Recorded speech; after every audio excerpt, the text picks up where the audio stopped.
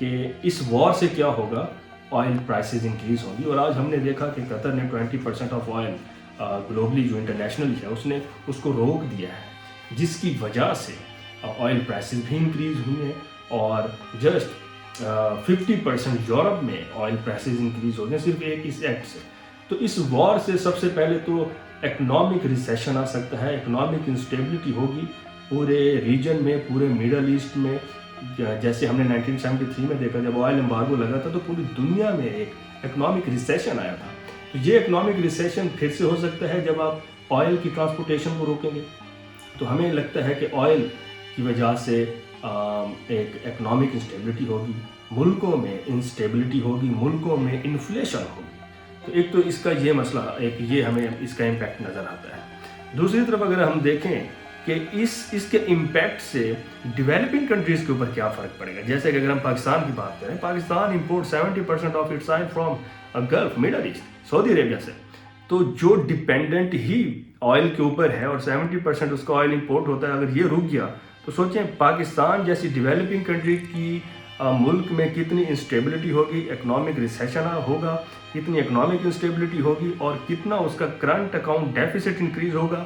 کیونکہ آپ روپیز دے کے ڈالرز میں آئل پرچیز کرتے ہیں. میں پاکستان کی بات کر رہا ہوں. تو پاکستان کے لیے یہ ایک بہت بڑا اکنامک تھریٹ ہے. اور اس کے ساتھ اگر ہم بات کریں پولیٹیکل جیو پالیٹکس کیا ہو سکتی ہے اس وار کے بعد، تو اس میں ہم دیکھتے ہیں کہ یا تو جو گریٹ جو اس کا ویژن ہے اسرائیل کا، کہ ہم گریٹر اسرائیل بن کے ایران کو ادھر سے ریموو کر کے جو ان کا مین گول، جو پرائمری گول ہے وہ یہ ہے کہ ہم ریجیم چینج کریں گے. ریجیم چینج کر کے ہم کوئی پرو ویسٹرن یہاں پہ کوئی اپنا لیڈر بٹھائیں گے جو ہمیں سپورٹ کرے گا. لیکن یہ ان کا مین گول ہے، لیکن ابھی ایسا ہوتے ہوئے دکھائی نہیں دے رہا. ایران میں پولیٹیکل انسٹیبلٹی ہو سکتی ہے کیونکہ ایران میں آلریڈی پروٹیسٹنٹس ہیں جو کہ سیکولر، جو لبرلز جو چاہتے ہیں کہ یہاں پہ ویسٹرن کیپٹلزم اور ویسٹرن ڈیموکریسی ہے. تو وہ ملک کے اندر ایک پولیٹیکل انسٹیبلٹی کریٹ کر سکتے ہیں. اور اس کے علاوہ اسرائیل نے ایران کی ٹاپ لیڈرشپ، ملٹری لیڈرشپ اور ان کے سپریم لیڈر کو شہید کر دیا، ان کو مار دیا گیا ہے. تو اس کی وجہ سے ایک پولیٹیکل ویکیوم بھی کریٹ ہوا ہے ایران میں کہ ان کی آئیڈیالوجی کو کون لے کر چلے گا. کیا ایران اس ٹائم پہ ویک ہے؟ کیونکہ ایران نے جب اسرائیل کو ریٹیلیٹ کیا، ان کو بعد میں ان کی جو ان کو جواب دیا، تو انہوں نے ساتھ ساتھ ایران نے U A E, Bahrain, Kuwait, Qatar کے اوپر، سعودی عربیہ کے اوپر بھی اٹیک کیا. تو ایران کا ہارنا بیسیکلی مڈل ایسٹ میں ان اسٹیٹس کے لیے خوشی کا باعث بھی بن سکتا ہے، کیونکہ ایران نے ان کی سوورینٹی کے اوپر اٹیک کیا جو کہ ان کا کہنا ہے. تو ایک آئسولیشنسٹ ہمیں ایک فنومینا نظر آ رہا ہے کہ ایران پھر ایک آئسولیشن میں رہ جائے گا. اور جہاں تک ریجیم چینج کرنے کی بات ہے، وہ تو دیکھا جائے گا کہ وار کو کتنی دیر تک افورڈ کیا جا سکتا ہے.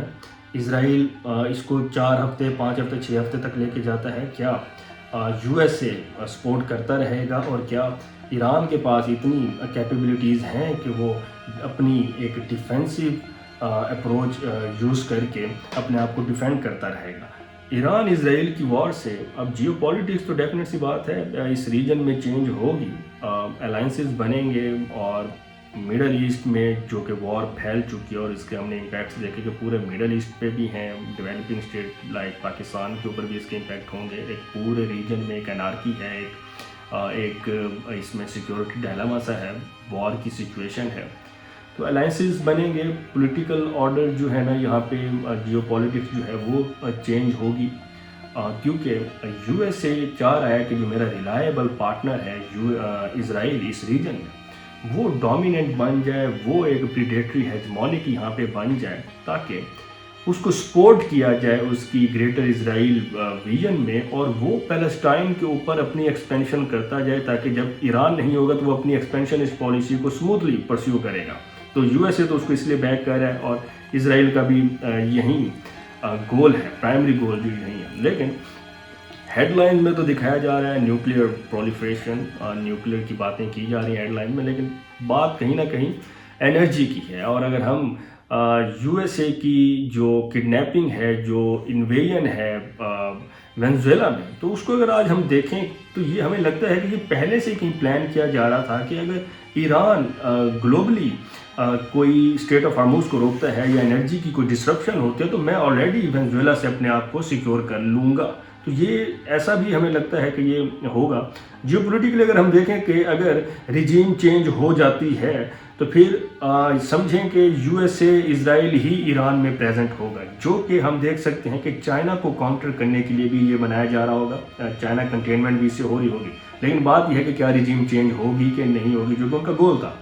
تو ہمیں پاکستان جیسی اسٹیٹ کو یہاں پہ کیا کرنا چاہیے؟ پاکستان کو چاہیے کہ وہ اپنے رشیا اور چائنا کے ساتھ اپنے تعلقات کو بہتر کرے، اپنی فارن پالیسی کو بہتر کرے، اپنی اکنامک ڈپینڈنس یا اکنامک انٹیگریشن ان کے ساتھ کرے، اور میزائلز یا نیوکلیر کیپیبلٹیز جو ہے اس کے اوپر رشیا اور چائنا کے ساتھ اس کو اپنے تعلقات کو بہتر کرنا چاہیے، کیونکہ ہمیں ایک الائنس اسرائیل اور انڈیا بھی نظر آ رہا ہے، یو ایس اے تو آلریڈی ان کے ساتھ ہے.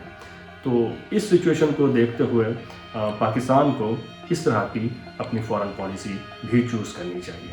Thank you very much.